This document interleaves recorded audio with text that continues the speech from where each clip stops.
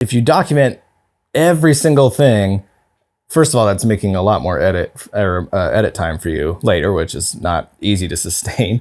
But also, when is it just then journalism instead of making creative choices as like a filmmaker? So it's kind of important what you are not deciding to show just as much as it is what you are deciding to show, and pushing myself to make choices and not just take the safe approach. The goal isn't to live forever. The goal is to create something that will. Welcome to Perspective, a podcast for wedding creatives, where we sit down often with a special guest and talk about our many years of experience in the wedding industry so that you can learn from us and grow your wedding business. Today on the Perspective podcast, we're talking to Maclean Carlson from Hello Tomorrow Films, based in British Columbia, Canada. Maclean and his wife Erin, who is the other half of Hello Tomorrow Films and who sadly can't join us today, they don't consider themselves as wedding videographers. They think of themselves as wedding filmmakers, with a belief that weddings are more than just an event or a moment in time. It's a story about two people, who they are, how they got there, and where they're going. For the last 15 years, they've traveled all over the world creating wedding films for the raddest of humans. To them, a good story is much more than just a pretty set of images set to music. It's about people, journeys, and heart.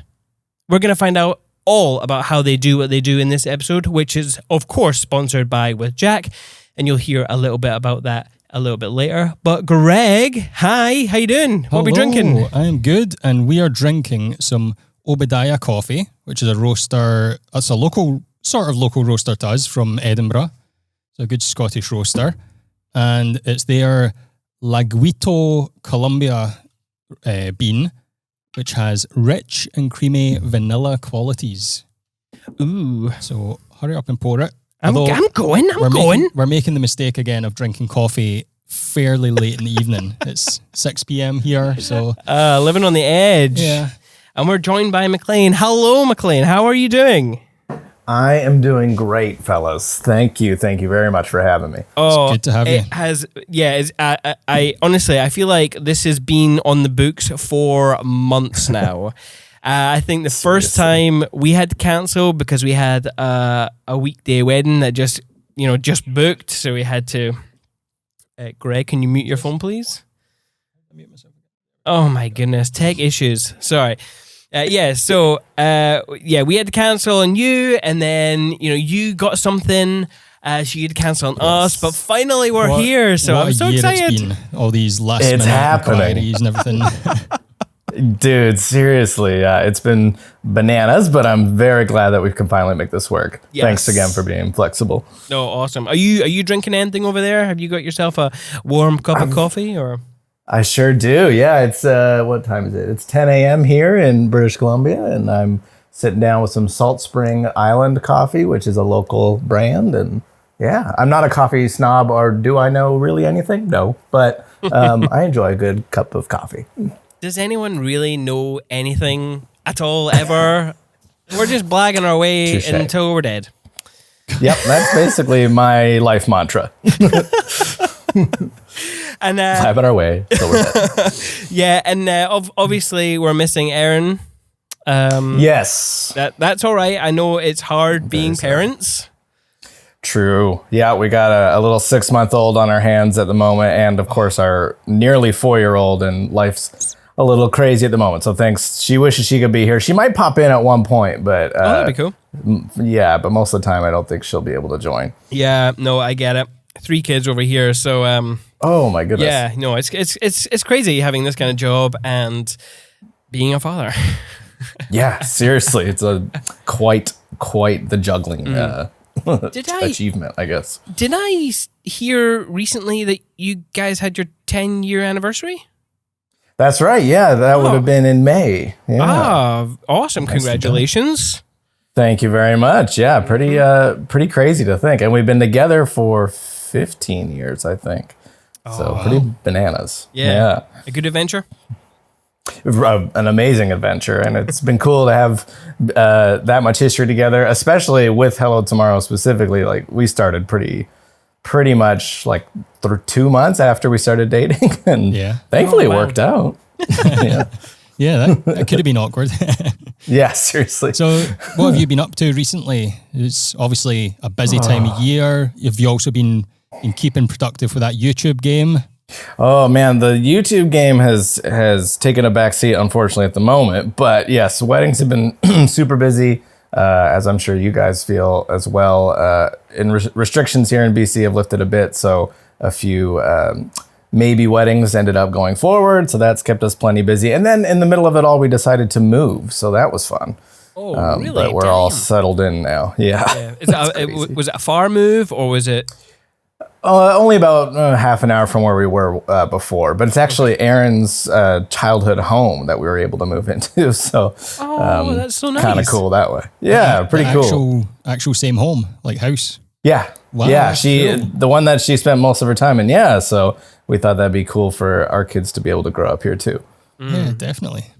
That is so cool. Yeah. Yeah. So I am a subscriber to your YouTube channel. I noticed amazing. you did. I noticed you came back. Was it earlier this year? You'd taken a little bit of a hiatus. I'm assuming it was because you had a baby, and you took a bit of a break. That is true. I have to admit, I have watched your C70. Is it versus R5 video? I've watched that about 5 times. I do have that. No way, amazing. I'm a bit of a fanboy of Canon. I just like the way I work. I don't know. Just the usability for me is just the way that I like to work with a camera. Same. But you know, for me, the R5 has some overheating issues. It's kind of knocked that to the side. But yeah, the C70 looks pretty interesting. Yeah, man. Thanks for the views. I hope that info was helpful. But yeah, it's both cameras are great, and this is our first summer shooting with both of them every wedding, and yeah, they're both really, really great. And I agree, Canon. I've just been on Canon stuff for so long that it's basically muscle memory at this point. So I'm a fan of how they do things. Actually, I got the chance to watch your Calibrate workshop. That was awesome. Oh, you did? Really cool. Oh, thanks, man. Thank you very much. I'm glad. I appreciate that. I actually, one of my favorite moments is when Erin was talking about how she doesn't smile. So I don't know if you got on my Instagram, telling people the time and date, but I picked a photo specifically of you guys laughing your faces off just because of that. Amazing. So I was like, yes. They do smile.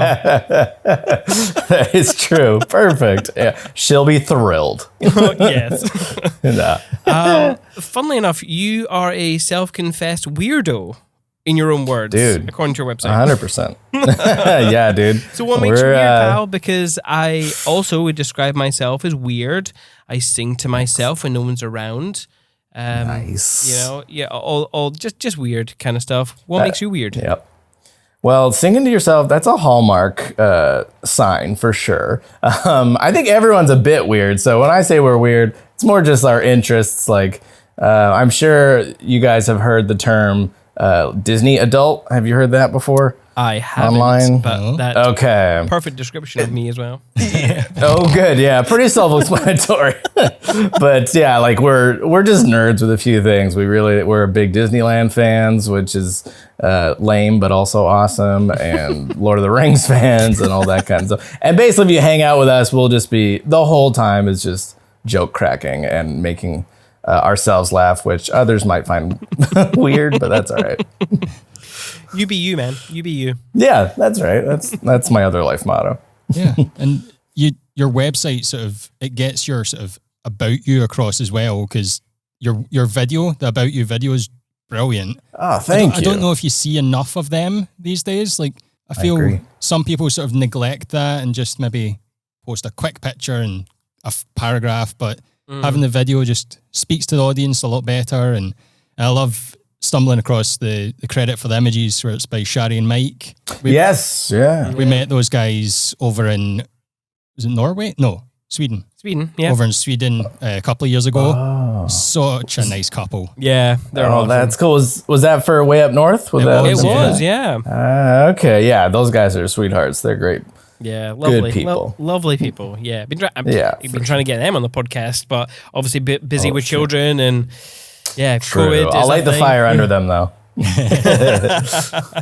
But yeah, no, they're sweet. And I'm glad you said that about like having About Us videos, because I just think it's something that's so accessible to all of us because we all know how to make those kinds of films. And it's such a good first impression for couples. It definitely was a big change for us when we started doing that. Yeah. In fact, yeah, because you go on to talk about that in your Calibrate workshop, do you not? That's right, yeah. Yeah, how it changed your business. Yeah, big time. So what was the effect? It was basically like, the best I can kind of describe it is before we put one of those out, we did have like pictures of us on our site, but they were kind of buried, and there was a somewhat non-descriptive paragraph on us.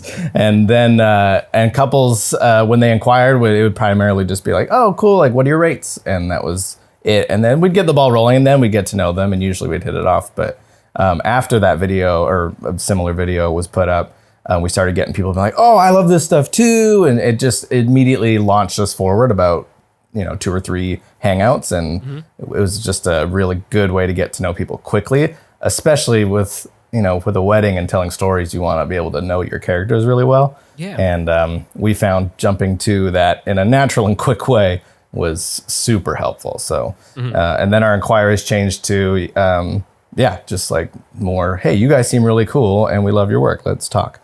Yeah, the community that we've kind of surrounded ourselves with is pretty much, a whole host of wedding creatives, but a lot of them are photographers.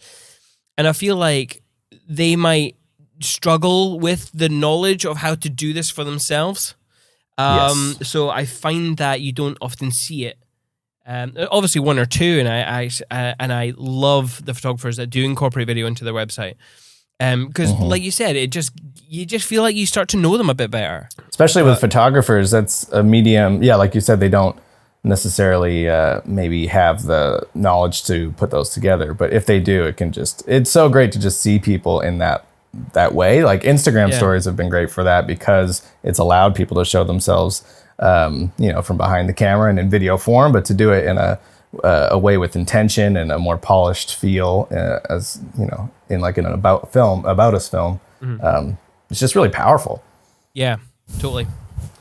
I am going to do a Q&A reminder just before we move on. Thank you very much for joining us on Clubhouse, guys. If you're not listening live on Clubhouse and you aren't a member of our Patreon, you are missing some amazing content on the table. That's where you can get access to the Q&As and any other bonus content that we create. You can support us on patreon.com/perspective by Cinemate. The link is in the show notes. But Greg, push that button and let's get talking.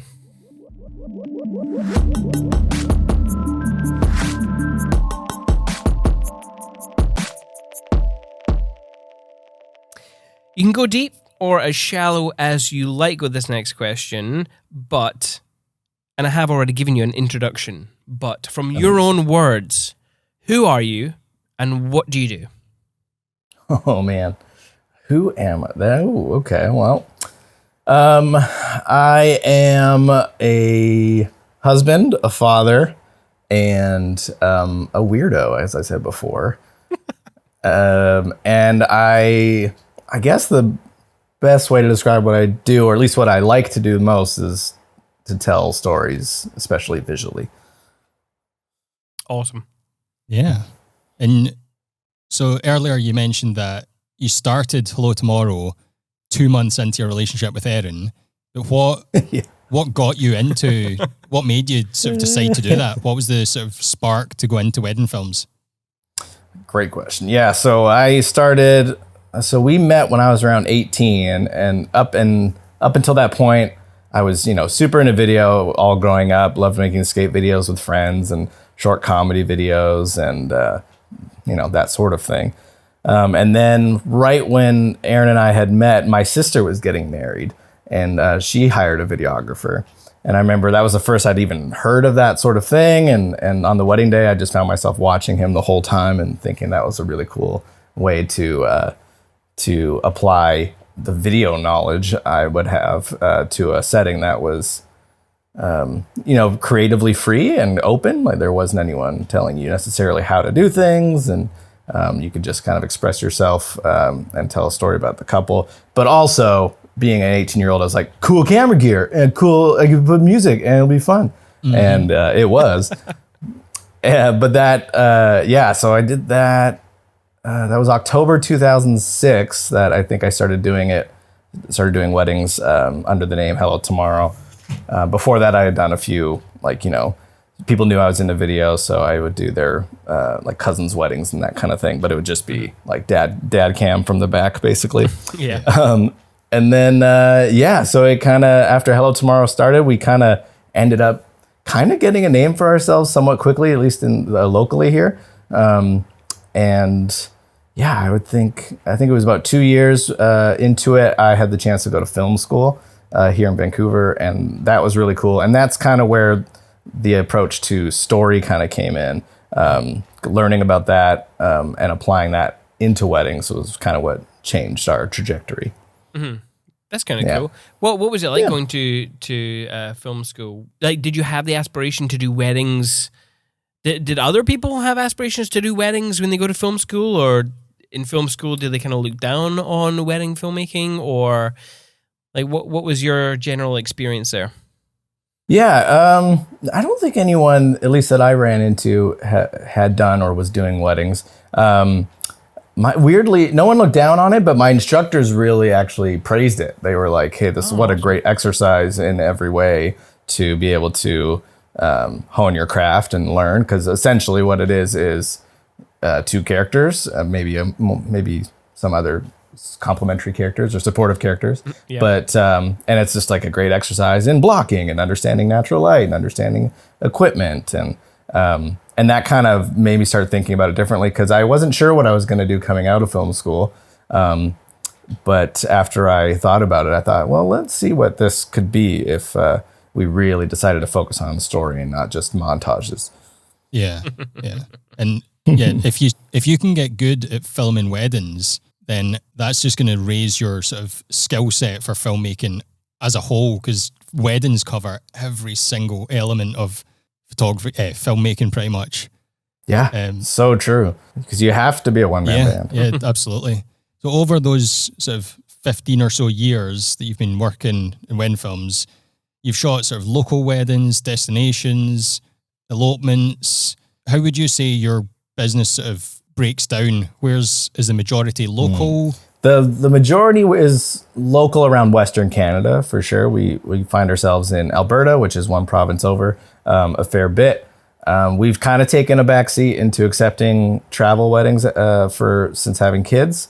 But if the right one comes along, we will hop on a plane or take a road trip somewhere for sure. Mm-hmm. But it's unfortunate because we're in Canada and the States it's nice and close. It's like a half-hour drive away, but they're pretty strict on letting Canadians in to do any sort of wedding. So travel kind of limits us to Canada, or if we want to take a big trip to, we were very fortunate to go to Australia and Mexico and Iceland. And hopefully we'll get back to those kind of places soon once the kids are a bit older. Yeah. Does that work the other way round? Is Canada as hard to get into film weddings for Americans?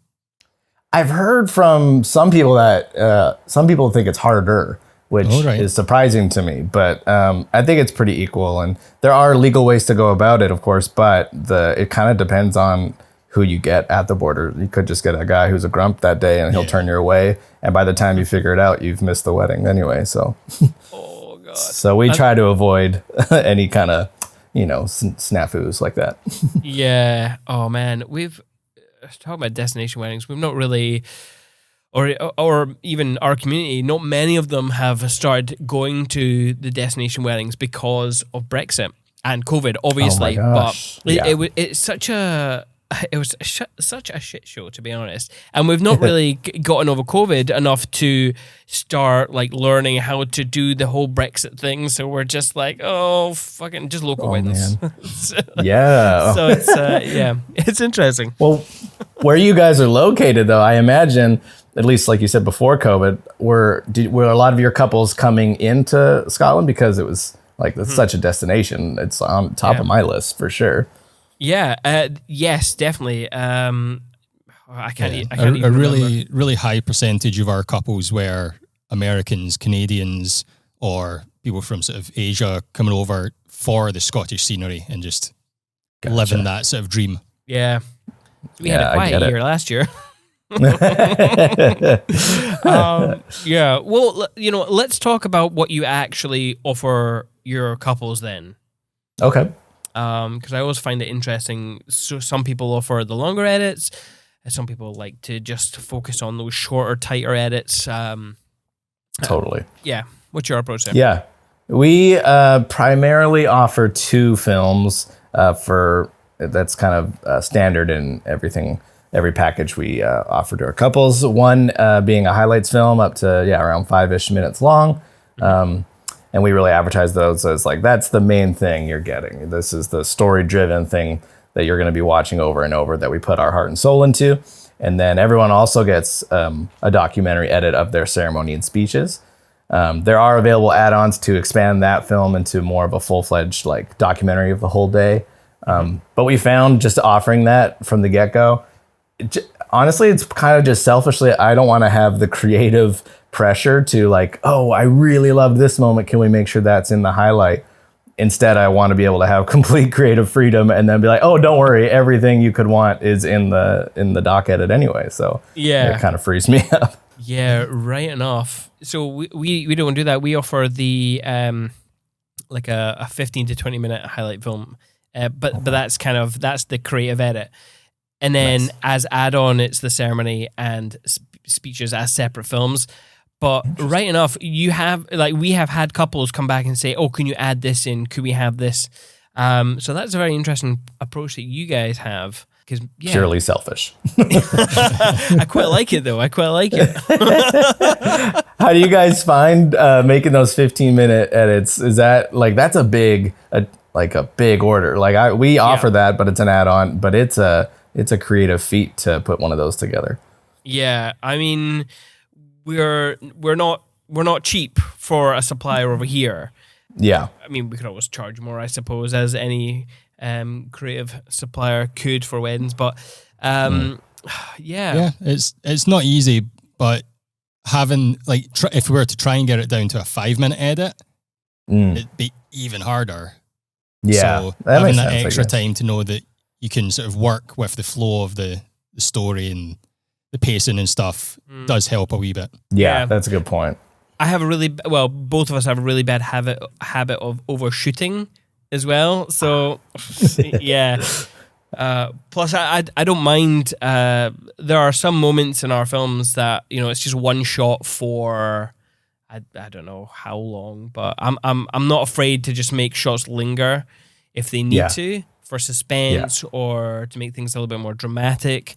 So yeah.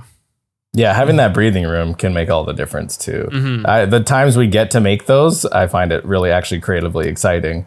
But also just like purely schedule wise, I'm like, oh my gosh, if I have to do too many of these, that's crazy. But maybe that's just, you guys are probably the same way, but like, I don't want to rush putting one of these films together. Yeah. No, definitely not. I actually find it harder to make things a little bit tighter. Because that makes sense, actually. You end up kind of throwing stuff away that you're like, oh, my client's not going to see this. And obviously we don't have that longer film with everything in it. So they actually, like when it goes onto the cutting floor, they won't see it. Right. So that's interesting. Those two approaches. Yeah. It's tricky. And that's just all we've ever done. Maybe I should try what you guys are doing, but now it's working. It's too stressful. Live a long and happy life, sir, please. Deal. Let's touch on kit for a little bit, because assuming from your sort of message that you put out there and being story-driven films, I assume, even though you do some YouTube videos on equipment, I'm assuming that the equipment's not as important to you. And do you take more of a minimal approach to what you take to a wedding? Very much so. Yeah. Like gear is fun for sure, but it's more what it allows me to do. Like the reason I was so excited about the R5 when it came out was just because it was the first Canon camera with IBIS. So I was like, oh great, I can get rid of that monopod, which is huge because I just don't love lugging that around and looking like Gandalf all day. So I'm pretty stoked to be able to just have the camera on me. And then C70 similarly, because before the C70 we were on C200s. And a beautiful camera, but a little bulky for weddings. So just the size thing was great. But overall, yeah, we do focus on being as minimal as possible, especially in the last couple of years. Just maybe we're just getting older, but we stripped down to just, one camera bag, one tripod bag, no gimbal, no stabilizer, just like tripods and, a monopod if we need it for ceremonies. That's kind of it. I absolutely love that. I have this feeling that like a lot of videographers, a lot of filmmakers or videographers, however you describe yourself, listeners, a lot of them, they want to have every angle covered, Yeah. Like there's a back angle and a angle to the left, angle to the right, angle to the back. Oh, they got a GoPro somewhere. Like I just feel like it's just, I don't know what their approach is. Is it a safety? Is it something else? But I don't know about that. Yeah, I've seen that too, and I've been tempted as well because there is a convenience that comes with not having to worry about certain angles or moments. But then I sometimes come back to thinking, at least I tell myself this, if you document every single thing, first of all, that's making a lot more edit time for you later, which is not easy to sustain. But also, when is it just then journalism? Instead of making creative choices as like a filmmaker. So I've tried to take that approach and tell myself anyway to be like, hey, it's kind of important what you are not deciding to show just as much as it is what you are deciding to show, and pushing myself to make choices and not just take the safe approach. Yeah. Yeah, that's definitely a good sort of view to put on it. I feel At least like that's what I tell myself. I feel like most filmmakers start off thinking, want to buy all the toys and get all the gear, but then it's like a rite of passage. After a few years, they go, oh, this is too much work carrying all this stuff. And then they learn to be more creative with it and they lose gear. And that's when you get down to that one bag, one tripod bag sort of set up, and it just feels so much better. Yeah, it's so freeing. And I don't want to appear like we're dissing the workflow of other people, but when I personally, when I see the trolleys full of gear and they're like, look at all the stuff I've got, and I'm like, oh my god, like you cannot do elopements with that. Yeah, seriously. If you are anywhere without a perfectly paved path, you're screwed. Yes. I think that was like we were kind of bad for that right at the beginning when we started buying all the kits and loads of lenses, but moving into elopements and realizing that we're not getting any younger. This equipment is heavy. It's heavy glass. It's drones. And obviously drones have gotten smaller, which is lovely. But every piece, every item just makes it that much harder and might take away from a shot. So it's I agree. It's so much nicer. And I think it is kind of a rite of passage once you've been doing it long enough and have your priorities kind of shift, especially in what you're making.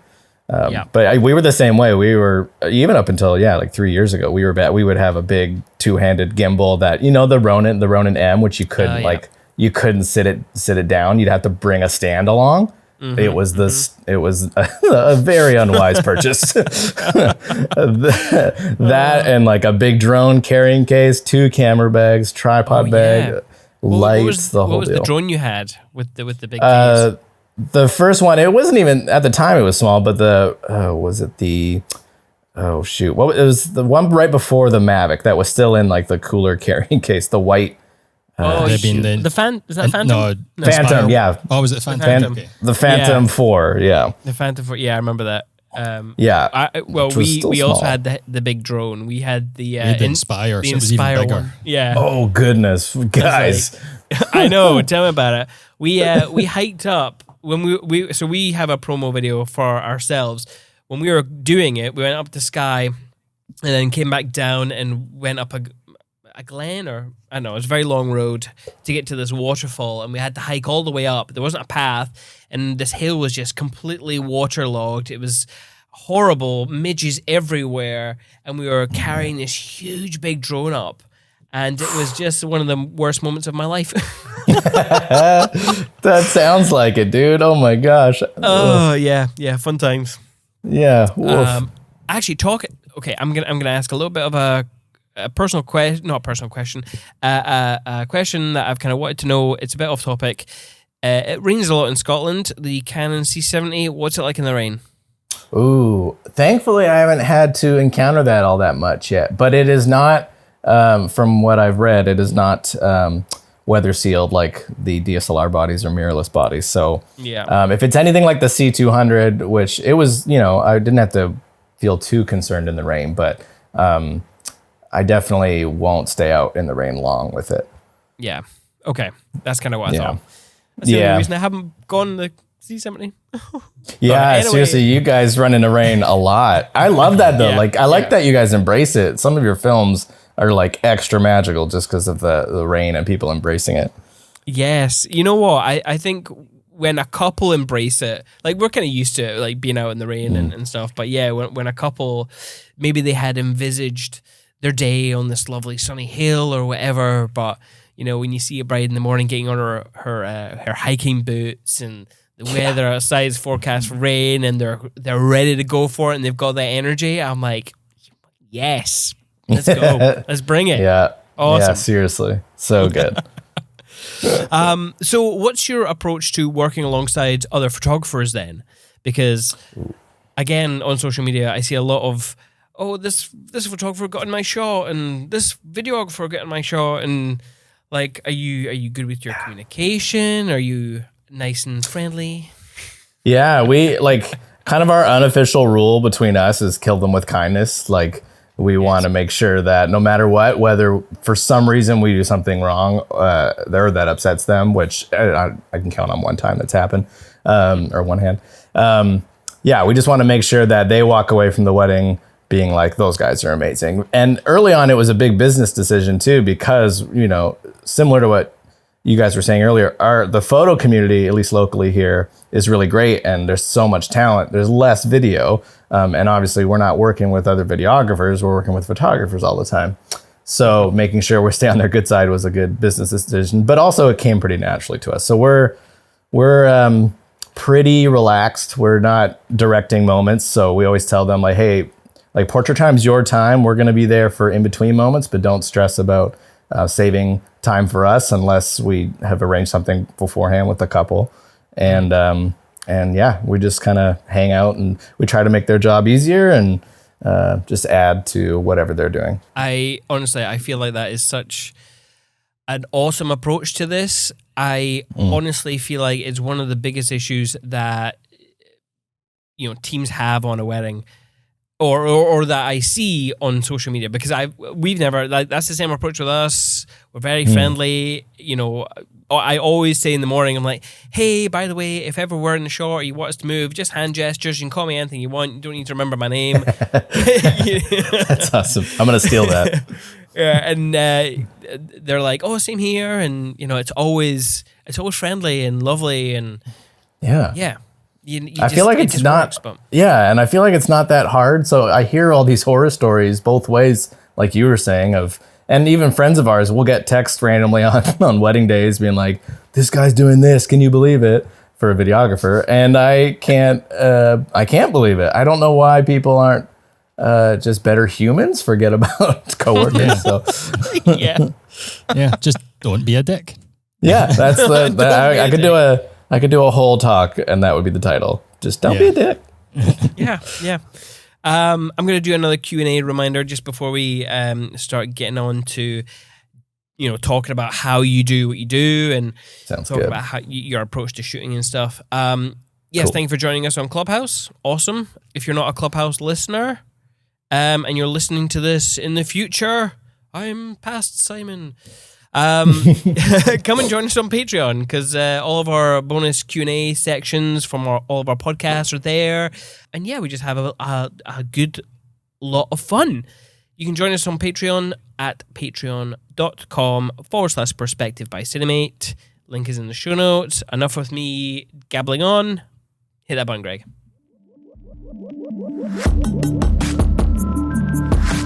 With Jack was designed from the ground up and is tailored specifically for creatives. Whether you provide a service like design, development or photography, or offer advice to clients, With Jack is for you. It's focused on creatives. Insurance shouldn't be complicated, so With Jack has made every step easy. You'll deal with one form and talk to one Jack as you sign up, get covered, and move on with your day. With Jack is all about bespoke insurance for creatives. Simple.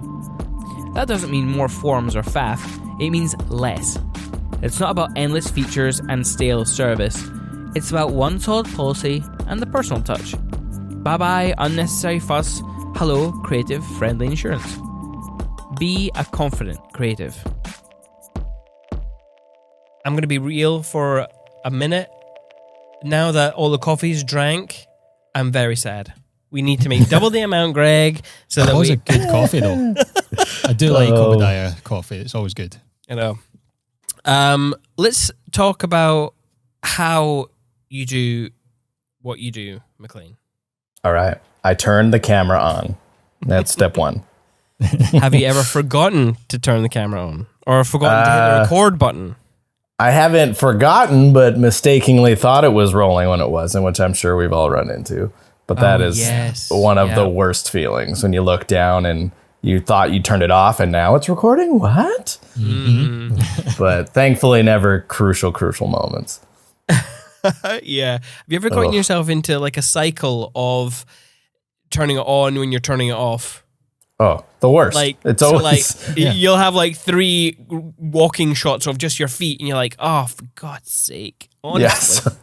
And you always, find it in the edit. And I was like, what was this guy thinking? And then I also think, what shots, like, were they any good that I could have had? Yeah. It's like, how long was I doing that for? What did I miss? Yeah, seriously.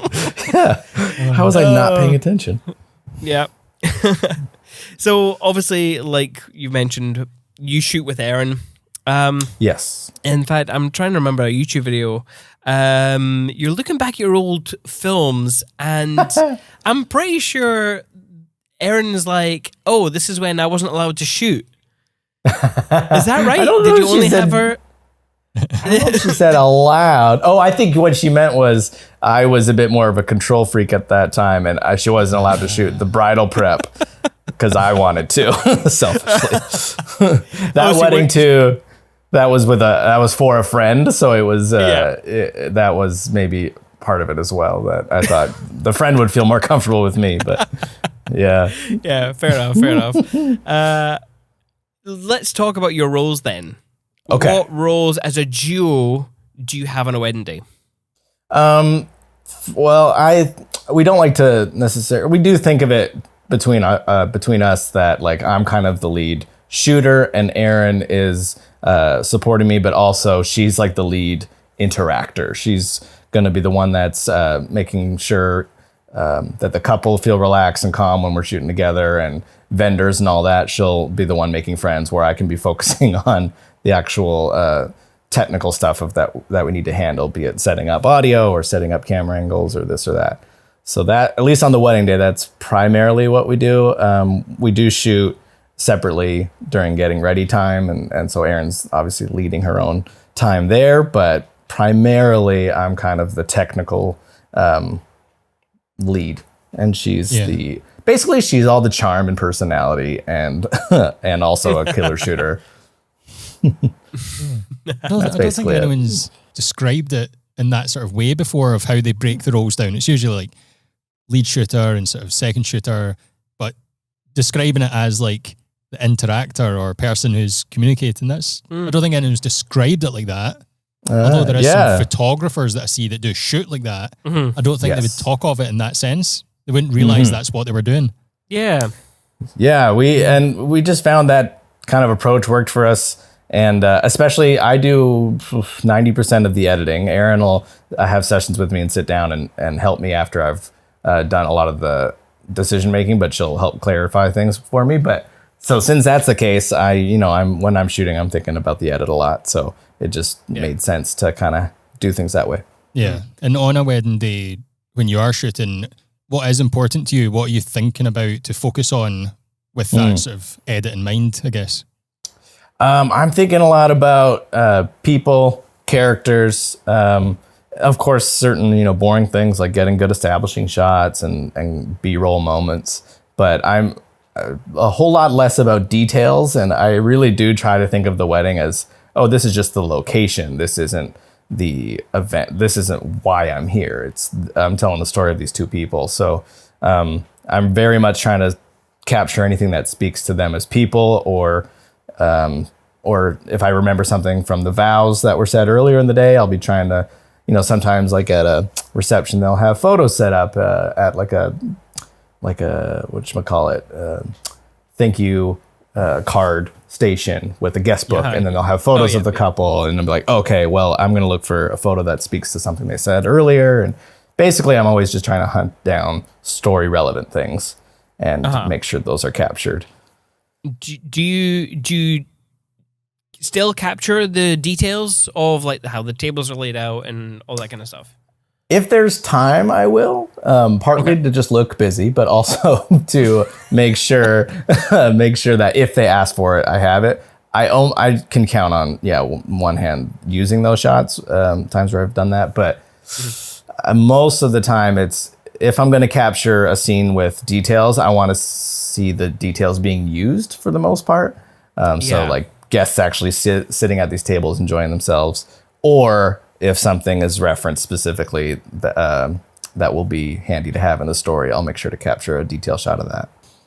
I suppose that is not the benefit of working alongside a photographer, but it's never the case, or it's rarely the case that for us, for example, that we're just shooting a wedding video and there's not a photographer there.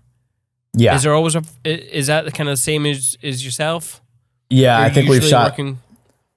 Yeah, we've shot maybe 2 events where there haven't been a photographer there, and it felt very strange.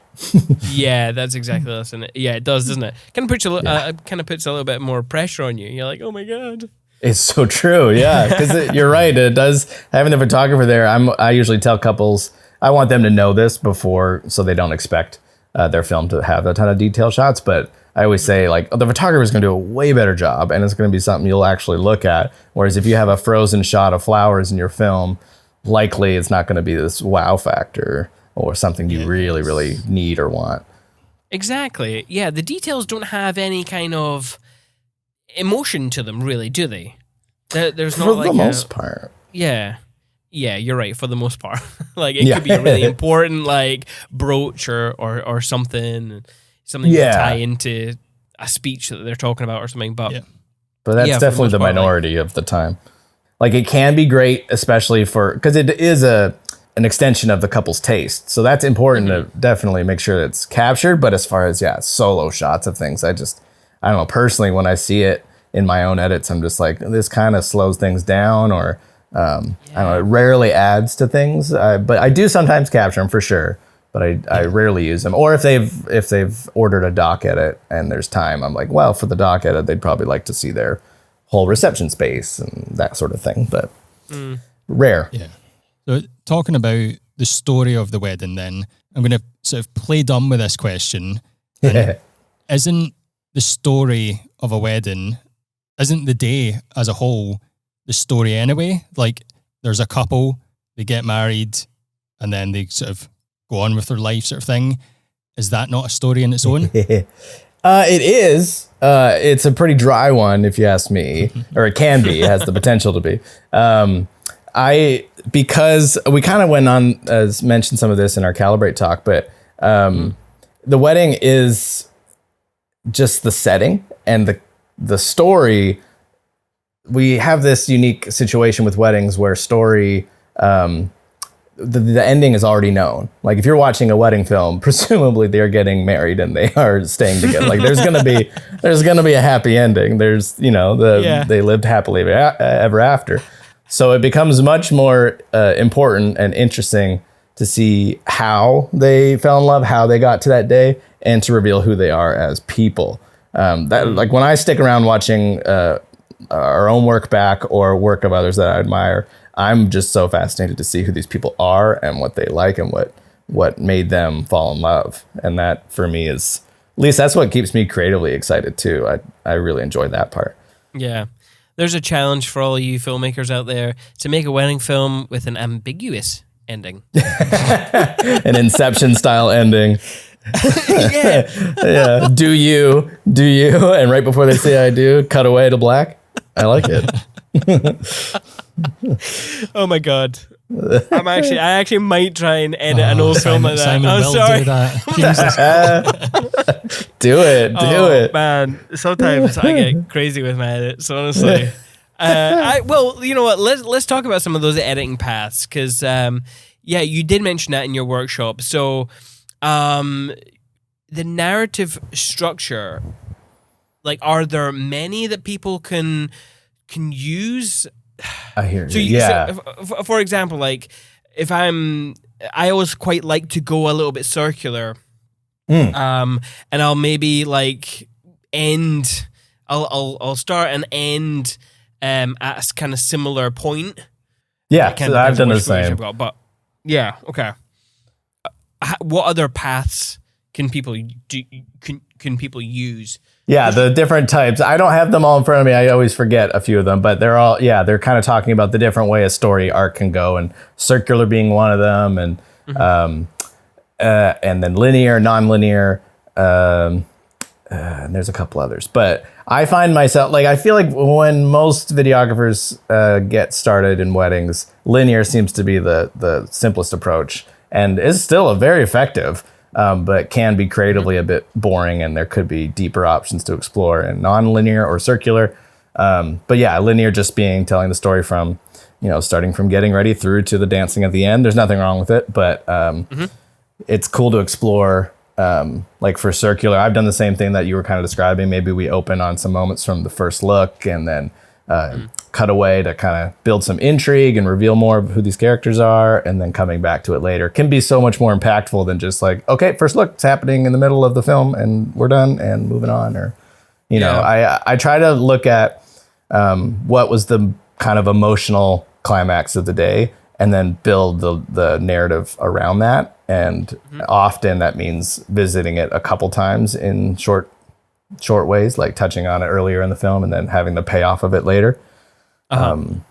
So those are things I feel like editing is kind of, it's the hardest time because it's like, it's basically you're writing the wedding film. I feel like you have, yes, you're editing, but you are also kind of writing because it is a documentary of sorts.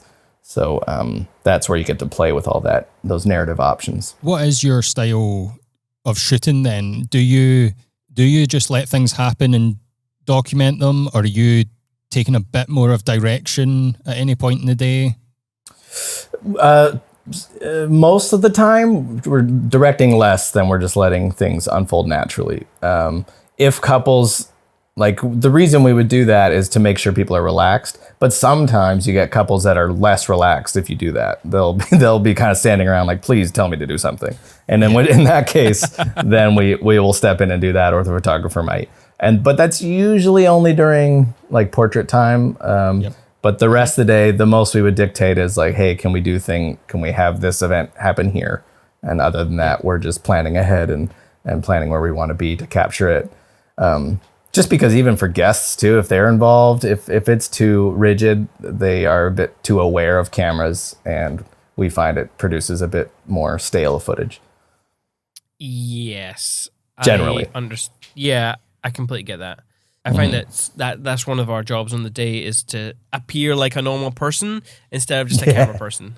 I feel like that's like one of our challenges on the day. Is like, okay, we got to make sure that we're not just, hey, the camera guy. Oh, like, and if we, like, sometimes we're having bad days. So we will have a bad day, and that won't be the priority because maybe we've run out of time, or you know, we've started off wrong, or things in the morning are just a little bit crazy, and then you do feel like at the early hours just after the ceremony that people are like looking at you and they're not quite sure. Are you a photographer? they're doing that thing where they pose for a photograph and they're like, yay. And you're like, sorry, it's video. Yeah, dude. Like, every wedding, it's so true. And then I always crack the same joke, like, unless you want like a Harry Potter photo, don't smile at me. Always. And it's a dad joke, and I'm proud of it. Absolutely. And I'm going to steal that. That's fantastic. You should. Yeah, it's true. What do you guys find for yourselves? Because especially you do a lot of elopements, which are stunning. And I always wonder, like, for elopement settings, you know, there's less to kind of fall back into letting things unfold naturally because it is often just the couple and you and the photographer. Do you find yourself directing a fair bit? So what usually happens is like we'll take the first look, for example, right? So we'll work alongside the photographer to put the couple in a location, and everything will just play out naturally how it plays out. And then once it's happened, if there's enough time, that's when we go in and we shoot kind of the same thing. So the groom waiting, facing away from the bride, and the bride walking from behind. And at that point, we are like, I'm thinking of the edit. I'm thinking I don't want to show. I don't really want to show full bodies here. I want to kind of keep it to the backs of people's heads, or I want to keep it to details so that I can make this moment last a little bit longer in the edit. So I'll focus on the feet moving or grass swaying while the bride's walking out of focus in the background, again, like I'll do that thing in the edit where, you know, I'll start with those moments with those detail shots, and the last thing you'll see of that will be the actual genuine moment of how they actually feel. That's good. That's setting the scene. Yeah. Yes. Yeah. Throughout most of the day, a lot of it is just, setting up a scene for the couple and just letting them be themselves in that sort of moment. And then actually a lot of the best stuff comes from the documentary aspect of getting to that location. Yes. So like the walking there on the hike, it's like most of the good stuff comes there, and that is just documenting it as they're going. Yep. Totally. Yeah, I agree. We've had a similar thing where on our way to a first look, and like the bride and groom are already mic'd up separately, and they'll say some perfect things, and we're just capturing them, and it helps just build that anticipation, and then combine that, like what you were saying, if you're able to get shots like of details, be it, you know, their footsteps walking and all that, it just helps so much in the edit to make the audience feel what the couple are likely feeling, of like the excitement and the jitters of this first look moment. That can be so impactful. And that's where I kind of feel like if couples are down and are open to have those kind of moments captured after the actual moment takes place, it can just make a world of a difference. Yeah. But for listeners out there, never do that stuff, never do the extra stuff before the genuine moment. Yeah, agreed. Because it won't work. No. Just in case, you know, someone's new and they want to try this kind of stuff, and make sure the genuine moment has happened, and then you can add on with the nice slow-mo shots or whatever it is. Yeah, agreed. Have you got any tips for sort of capturing the mundane moments? So like cocktail hour where there's not much exciting happening, but you want to try and sort of make it more creative and make it more interesting? Ooh, that's a good question. Yeah, for cocktail hour, stuff like that, I'm taking that opportunity most of the time to capture just faces enjoying themselves. I just want to see family and close friends and people that could play a larger part in the film as a character, making sure we get some moments of them having a good time. So I'm usually just listening for laughs, because we don't have like the opportunity like photographers where during a speech if there's a funny speech or an emotional speech, often the photographers are just looking around at guests' reactions and trying to snipe some shots like that. I have started kind of carrying a camera on me while I'm manning a tripod. I'll do the same and try and get some people reacting, just handheld. But I find that cocktail hour can be really good for getting those kinds of moments of people just enjoying themselves. As far as keeping things interesting, I find if you are able to capture things with a sequence in mind, it helps a whole lot more. Just getting a medium or a wide of things happening over and over can get a bit mundane. But if you can capture some, the bartender grabbing some ice and throwing it in a cup, and then the next shot is him pouring the drink close up, and maybe you see it slow-mo, just kind of, that's where you can kind of flex your montage muscle a bit and build something that's a bit more visually interesting. But if it doesn't really mean anything in the final piece, then I would say just don't worry about it. So ultimately. So obviously you're shooting moments with that sort of different focal length in mind, or different sort of wide, medium, tight.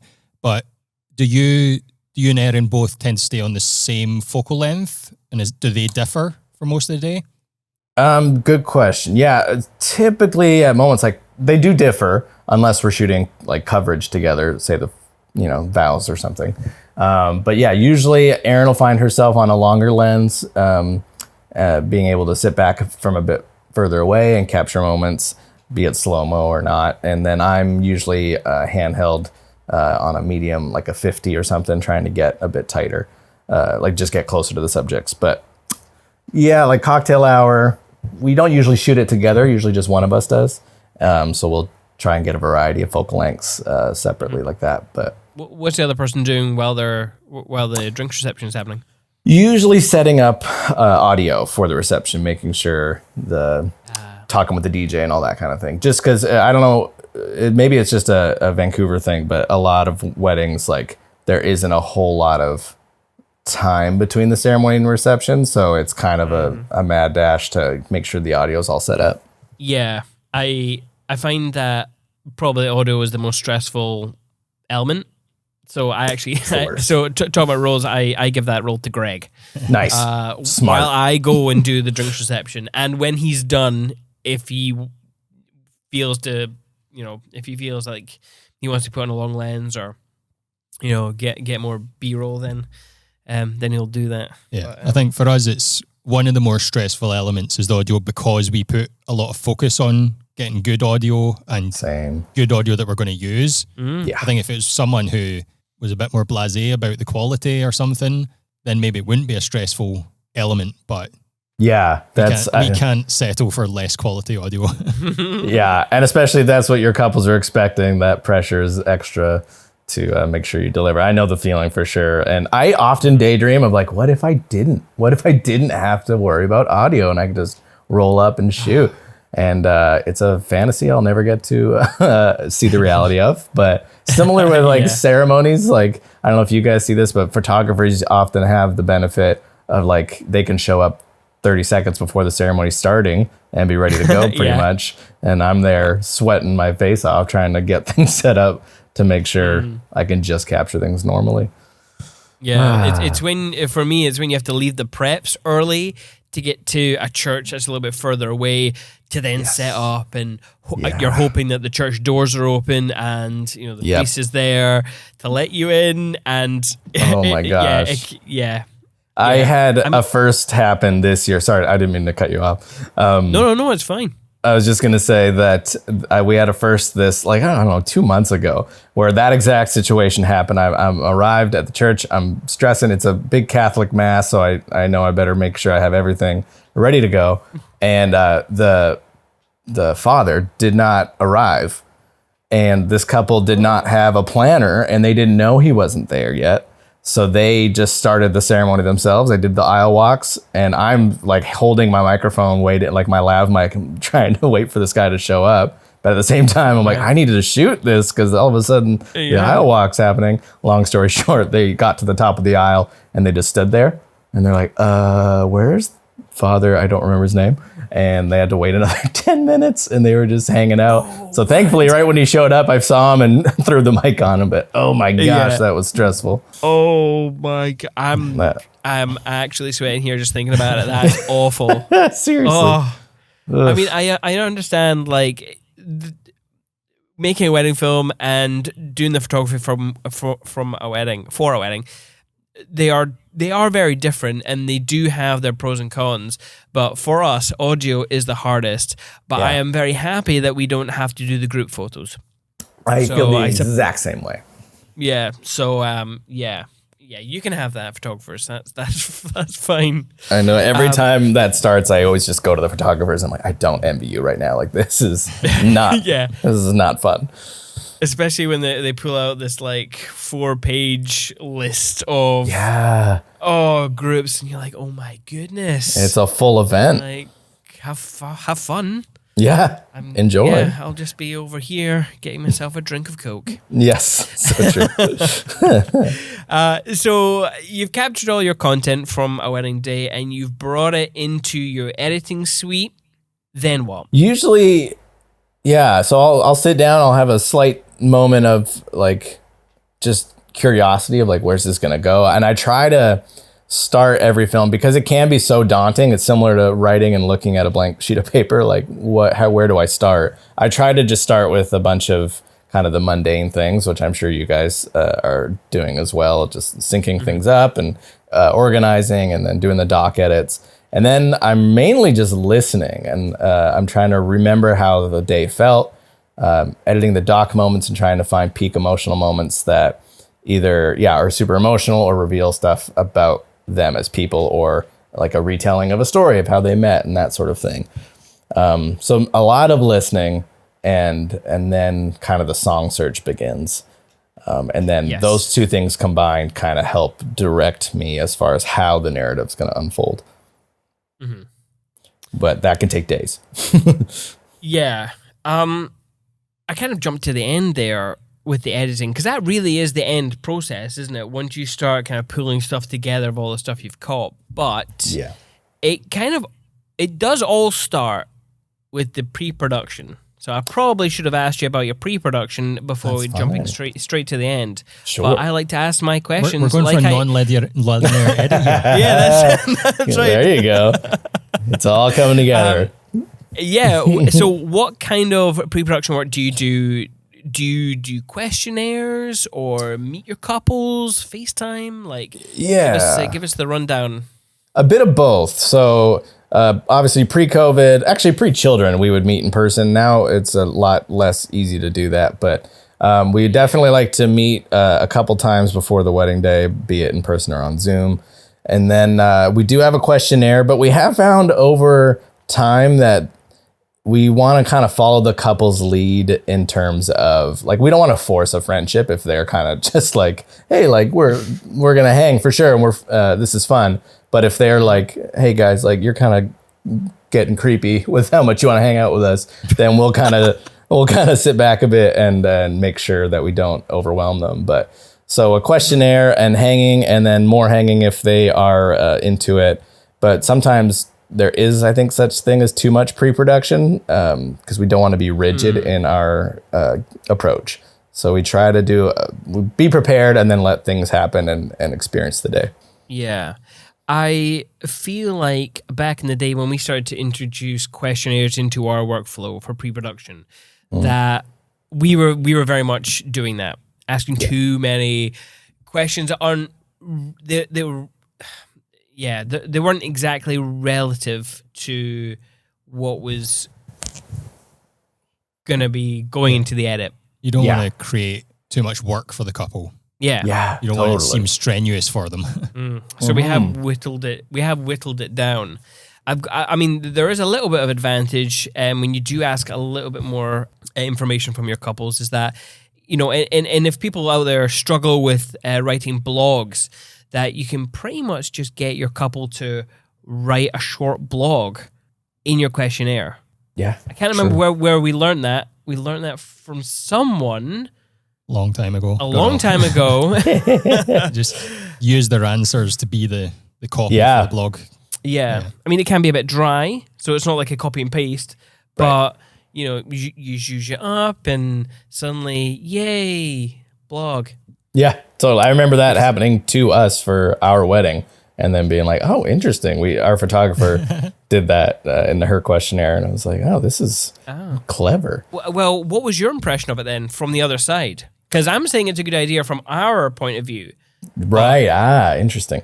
I remember it being like cool, but also kind of, tedious. It was long. It was multiple pages, and I was like, okay, I better let's sit down and set aside an evening to do this. So that's where that balance comes in for sure. Is like, like you guys said, you don't want to overwhelm them. Yeah.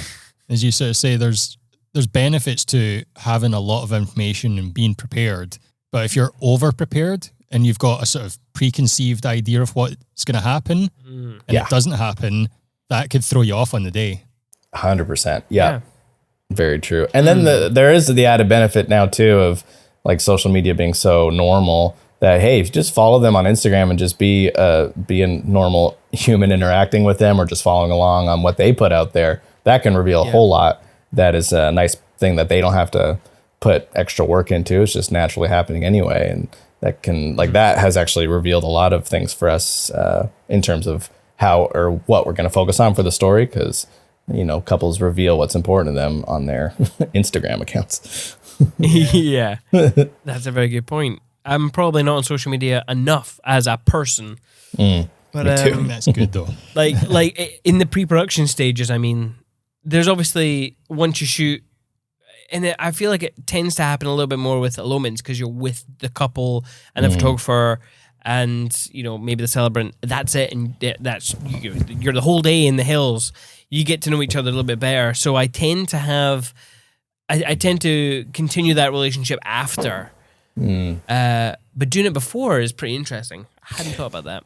Yeah, we've recently added like what's your Instagram handle to our inquiry form, and when people include it, we kind of feel like, okay, that's an invitation to, if this relationship continues, like we can interact with them there, and that's like a friendly distance that's not overwhelming, and definitely helps leading up to the day. But even like you said, after the day, I still find it quite helpful.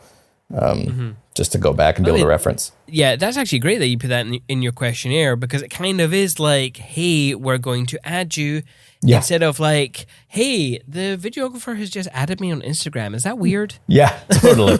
Yeah, it's like kind of permission ask. Yeah. Instead of just, hey, I creeped you and I found you and I'm now following your life. Yeah, totally. So how does that information for you translate into how you shoot and edit then? Usually, honestly, it's a big part of like getting to know if they include their friends, like close friends on the Instagram account. It's kind of like, oh, I can kind of learn some secondary characters here that might be important. Like perhaps there's a maid of honor that makes an appearance on the Instagram that I maybe find out is the maid of honor, and then I don't know, I have a heads up of who that person is, and maybe I'm able to get some extra shots from the morning instead of at the reception when I find out that she's giving a speech or something like that. It doesn't always have a huge effect. I'd say more often than not, the effect is after the fact.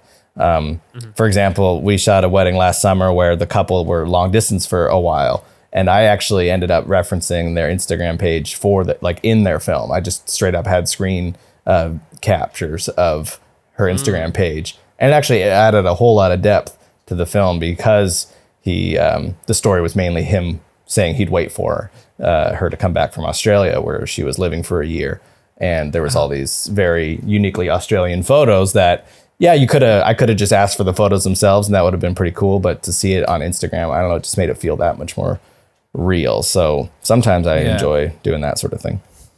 That's one thing that you guys do that I actually love and I don't see a lot of, is using footage that you didn't capture. Yeah. Your like old footage, or like you said, the Instagram page. Like, what made you do that? Because that's so cool. Yeah, I think it kind of stemmed from like back in the day, starting in wedding videos, offering like slideshow editing for couples. I don't know if you guys ever did that, but that was such a thing for a time. And I remember being like, all right, this is just a good way to this is a good business offering. Even though it wasn't really, but it was such a cool way to see into their lives and their past. And so much of a wedding day and is like kind of the climax or a peak of this relationship. And so much of the story isn't that day and it's what's leading up to it. So we kind of thought, hey, if we can reference old footage, old videos, old photos, that can add a whole huge layer of depth and have the added benefit of something like we didn't have to capture ourselves. And just practically speaking, that's really handy. So when people are willing to share that and it can add something, yeah, we love it. Yeah, that's so cool. We've done that on occasion. In fact, I think one of your films years ago inspired me to actually do it. Oh, no way. So yeah, it turned out pretty cool. Well, you're welcome. I'm just kidding. I stole it from someone else. Actually, A Little Long Distance. I don't know if you've heard of those guys. They do it really well. They are like the kings of it. And actually, I think I discovered you from looking at their films somehow. Oh, no way. I have no idea. Yeah, I have no idea why. There's something inspired me to go out and look for a whole bunch of how people approach their wedding edits, and you guys came up, and I've always kind of put you guys in my head as together for some reason. Wow. That's so awesome. Funny. That's really funny. I'm kind of weird. Sorry. Yeah, that's all right. No, I'm honored. They are amazing. So that's cool to be paired with them. Yeah. So earlier you touched on your editing workflow. So how does your sort of edit workflow go? Like, where do you start from?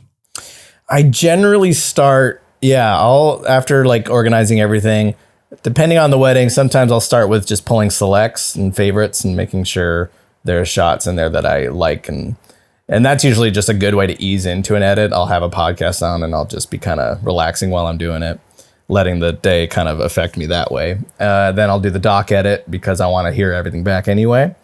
And then after that, that's when I start plopping things in like a sequence of, okay, what are some moments that I just liked?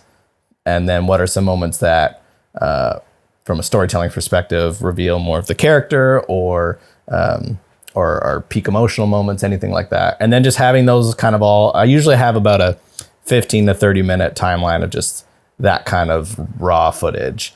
And then I start to whittle away. So it's not necessarily the most streamlined way. It's a whole lot of like almost like sculpting, and that combined with a music search, then things start to become clear. And I try to let the film I want it to unfold and become something that it wants to be naturally. I know that sounds like weird and far-fetched, but like I don't want to force it into being something I want. I want it to be what it's going to be. So that I find that giving it that time can help that. Yeah, that's very cool. I have a very similar approach, funnily enough. Oh, nice. When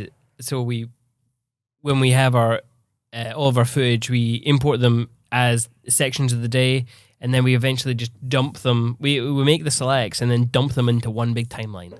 Yep, totally. And I this might make people cringe, but I don't multicam either. Oh, wow. I cut into the sequence. Are you guys on Premiere or Final Cut or DaVinci? Premiere Pro. Okay, Pro actually, when I was on Premiere, I did the same thing because I don't like how they handle multicams. So I get that. Yeah. Mm-hmm. What are you using? When COVID hit, I took the time to learn Final Cut just because I wanted the performance gains. And I wanted to not pay Adobe every month, so that was handy. Yeah, and how are you finding it? I'm really liking it, actually. At first, I didn't. And obviously, similar story to a lot of editors, when it came out, I was all excited, and then the magnetic timeline thing I wasn't thrilled about. But now I kind of love it. It takes a lot of the technical feeling of editing out, which is nice. It makes it a bit more of a joy to use, but also that probably is novelty. I bet you give me another couple of years and I'll be really over it. Yeah. You touched on how your films are naturally supposed to be. Is that what you would describe as like the flow of your films? Like, is that something that kind of naturally comes? Is the flow to your films? Is that important to you? Flow for sure, and tone, definitely. Sometimes I don't know why, but I'll have certain preconceived notions before a wedding that it's going to be a certain way tone-wise, And then I get into the edit and try that. I'm like, the couple weren't this dramatic, and I'm trying to make it this emotional, heavy thing. And then I got to remember that no, they're pretty relaxed, and don't force the film to be one way that doesn't really reflect the couple. And then same with narrative. Sometimes I'll want to be really like just selfishly, I want to creatively be fancy and jump all over the place in time. And if it doesn't work, I got to stop forcing it. So that's usually the struggle. Yeah, I feel like it's one of my biggest struggling points as well, because I tend to have something in my head when I go to create something. I'm like trying to kind of shoehorn these clips into a certain way. Yeah. And then I watch it back. I'm like, yeah, you spent a lot of time doing that, and it doesn't reflect the couple. Yeah, So seriously, I'm it's terrible. hard. I'm terrible. I feel your pain. It's and I find it's very hard to let it go because I spend a little bit more time than I should. More time than I should. Yeah, that's when in review I need to get strict with them and be like, nope, I don't care how much time you spent on it. It doesn't suit the couple. Oh, that's hard. That can strain a relationship. Erin does the same. She's like, why is this here? I'm like, because it's cool and I took time. And it gets nixed pretty quick. Yeah. Greg's very good at telling me that when I do that. Nice. He's very good at that. Nice. So going back to me being a YouTube fan of yours, I remember you saying something, and I might butcher this, but you said something like, don't put a hat on a hat. Yeah. I remember that phrase, and it was about keeping things simplistic. That's so funny that you recall that. Yeah, that's right. Yeah, I stole that from Seth Meyers. I think it's a common like comedy writer term, but like I think it was in reference to sketches. Like have one, main thing that's happening. Don't try and do too many things at once. And so I took away from hearing that and thinking, yeah, I shouldn't try to make things overly complicated if it's not adding. So that's a good little quote to try to remember that. Yeah. What would be an example of making things too complicated? I find like if I'm going to try and jump around in time with the edit and do this really fancy montage moment or something, like too many editing conventions or something, that I find is like, you're doing too much, or at least myself. Usually that sort of thing, or trying to feature too many moments in something like a highlight film, having multiple emotional peaks in the narrative. That sometimes can be a bit, it can take away from the other. I remember I did a film a while back, the couple's name were Christina and Caleb, and they're a really, really cool couple, and I had they were open to experimenting. And I remember on the day getting some shots near the end at sunset that I thought were just really cool and that I might be able to use in the edit. Sure enough, the edit comes and there's two opportunities where I could have used those shots. One was in their vows, they were talking about seeing each other for the first time and what they felt and how they saw each other's eyes. And that was like a big moment. And I just so happened to have these close-ups of their eyes. I was like, oh, that'll be cool to just flash those shots in when they're saying that. But then also the groom, when he was reading the card from his bride the morning of, had a moment where he talked about, or where he read from her that if he ever needs a moment just to breathe, to look for her. And I had a close-up, or not a close-up, a single of the bride just in this tall grass area with the sun behind her. It looked beautiful. And she's just staring at the camera, and really kind of a striking shot. And I remember at first including both moments. And that was when, after watching it back, thinking back to that hat on a hat phrase, I was like, I'm doing too much. Like, these are both cool moments, but having both takes away from both. I got to just stick with one. And once I did, it was hard for sure, because I was just so psyched on both of them, but went with one and it made the film better, I think. That is why I do 15 minutes. I can't do that. I don't have that skill. That's probably my problem. Maybe that's what this is. I got to do longer films. Oh, yeah. When you said when you jump around in time, the Back to the Future's theme song started playing in my head. Yes. It made what you were saying very entertaining from my point of view. It was great. Amazing. I wish. Dramatic. Yeah, now I'm going to have to go listen to that after. So Well, good. on music, that's one of the things we get asked quite a lot is how we pick our music for our films. Oof. So what's your approach to that? Oh, it's not all that exciting other than, just like, I'll play a video game and just be scrolling through Music Bed while I do. I'm not a big gamer, but I used to skate a lot as a kid. Now there's a skater game that I'll just play, and I'll just kind of, it's almost like doodling. I'm just hanging out and trying to listen to music that I find impactful. And that, so it's just kind of, I do try to take the couple's taste into account. If they are big country fans or something, I'll be like, okay, I'll search for something that has a little bit of that flair into it. But for the most part, it's just finding something that leaves an impression.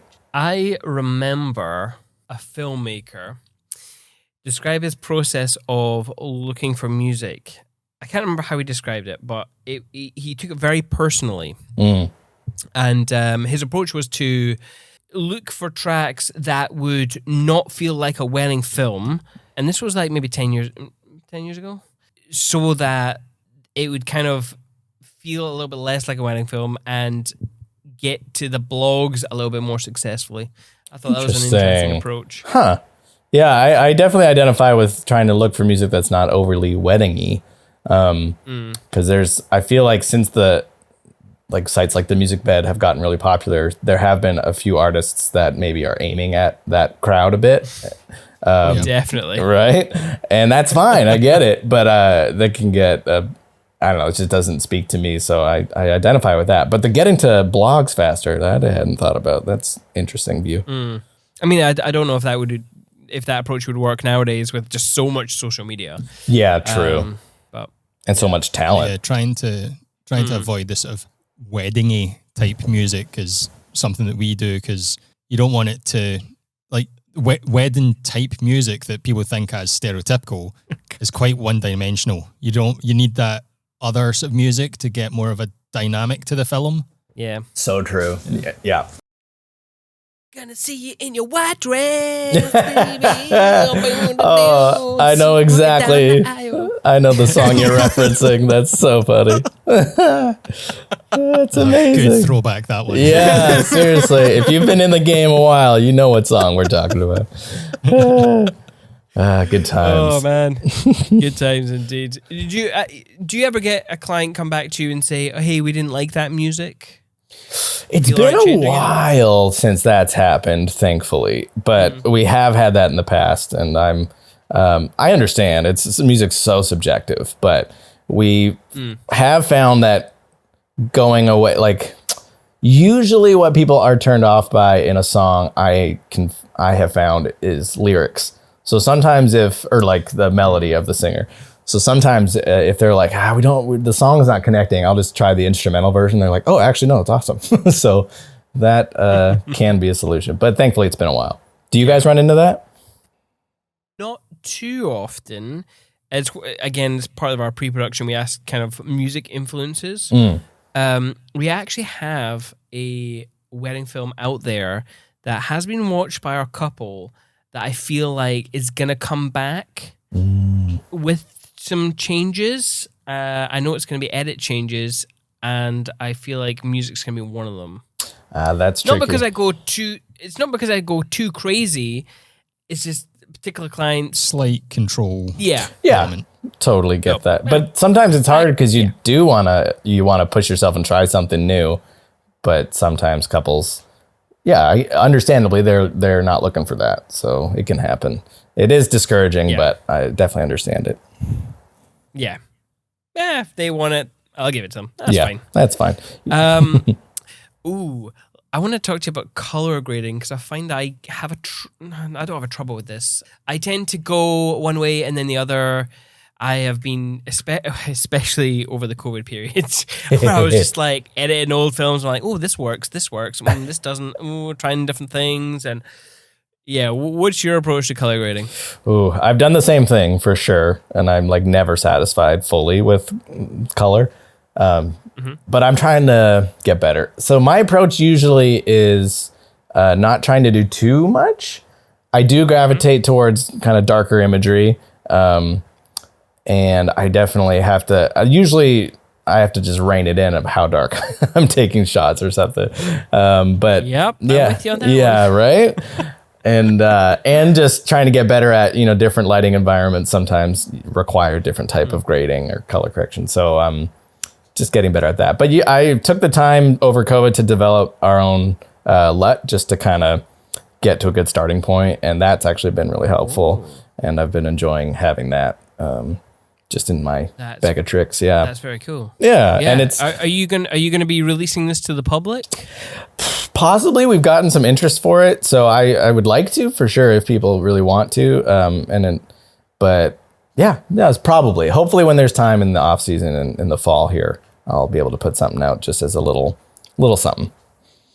Okay. So Yeah. if listeners out there are listening to this in the future, go to Hello Tomorrow and get their LUTs. Yeah, that'd be sweet. That'd be sweet. Maybe when we finally do put that back on, I can hop on another quick podcast with you guys and announce it. Yeah, definitely. Would love to, get that out to all our listeners. That'd be sweet. I know you're a Disney fan, obviously. Did you ever watch Loki? We did watch Loki. Yeah, did you guys? Did you, Greg? I I started definitely it, did. but I wasn't really paying full attention when I started it. Oh, And God. because of the time and different story lines, I was like, I need to start this again at some point and actually focus. Yeah, that's a tough So one to I've watch. not watched it all. To watch that one But casually is tricky. Yeah. Yes, definitely. I love the color grade of that. Ooh. I love the way that they approach their scenes, and So Yeah. there was a moment where I was trying to, and I'm not a master color grader. I'm not very good, but I was neither. trying to, color it in such a way, and I did take some inspiration from it for Nice. our most recent films. Oh, cool. I do the You same probably won't be thing. able to tell. I do the same Oh, thing, really? though, or not with Loki, but referencing like movies and TV shows. I'm a big Roger Deakins fan, cinematographer, and I definitely try to. I've brought some frames from his movies into editors and try and isolate exactly what is he doing and Yeah. perfect it. But it's so hard. Yeah. Roger Deakins, what did he direct? Most recently, he's a director of photography or a cinematographer. So he did 1917 most recently. That was him. Fargo, the original movie, No Country for Old Men. Yeah, a lot of great Coen Brothers movies. And yeah, he's just a wizard. Yeah. Blade I Runner. still have to see that. Yes. The remake. That's or where I... the new one. Yeah. I want to watch that. That's a color grading. Oh, that's just beautiful, isn't it? It's just eye candy. Color grading. Yeah. Yeah. Trying to do that for a wedding, though, you'd be like, oh, Your note would be, this is really orange. I'm not sure if I like this. I don't remember the sun being So apocalyptic, but okay. Yeah, I'm down. I'm Yeah. down. All right. Another thing that I've been playing with is aspect ratio. Is that something that you've thought about before? I've had this conversation with other filmmakers, and it's very interesting their approach to aspect ratio. But what's yours? So for a long time, for years, it was always 2-3-5, always that, CinemaScope kind of look. And I do like it, and I like composing for that frame. Not just slapping them on after, but actually framing with that aspect ratio in mind. But then I found any indoor shooting I would do with that, it was kind of limiting. If you were doing, a big epic location, then that kind of aspect ratio I found is helpful, but there's times where it would kind of hurt the footage too if it was all indoors. So I've kind of now taken the approach, it's a per shoot choice. I have been shooting 2-to-1 a bit recently, which is kind of like the smart. That's what we're on. Oh, nice. Yeah. The kind of smartphone aspect ratio, basically. I found that's a nice balance. That's kind of the default unless we find a project calls for something else. Oh, great minds. Great minds, guys. Look at us.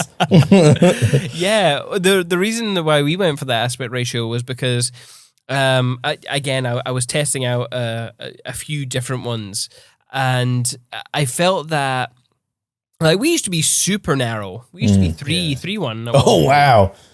Yeah, which is like it's something.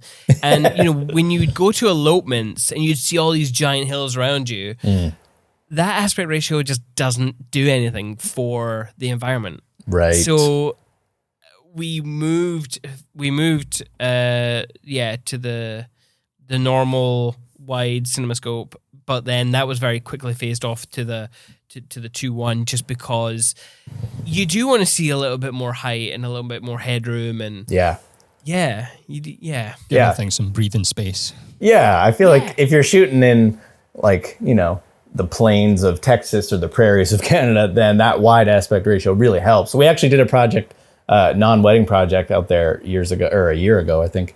And I found that aspect ratio to be like, oh, okay, this is what it was made for. But forcing it into the context of a wedding doesn't always help.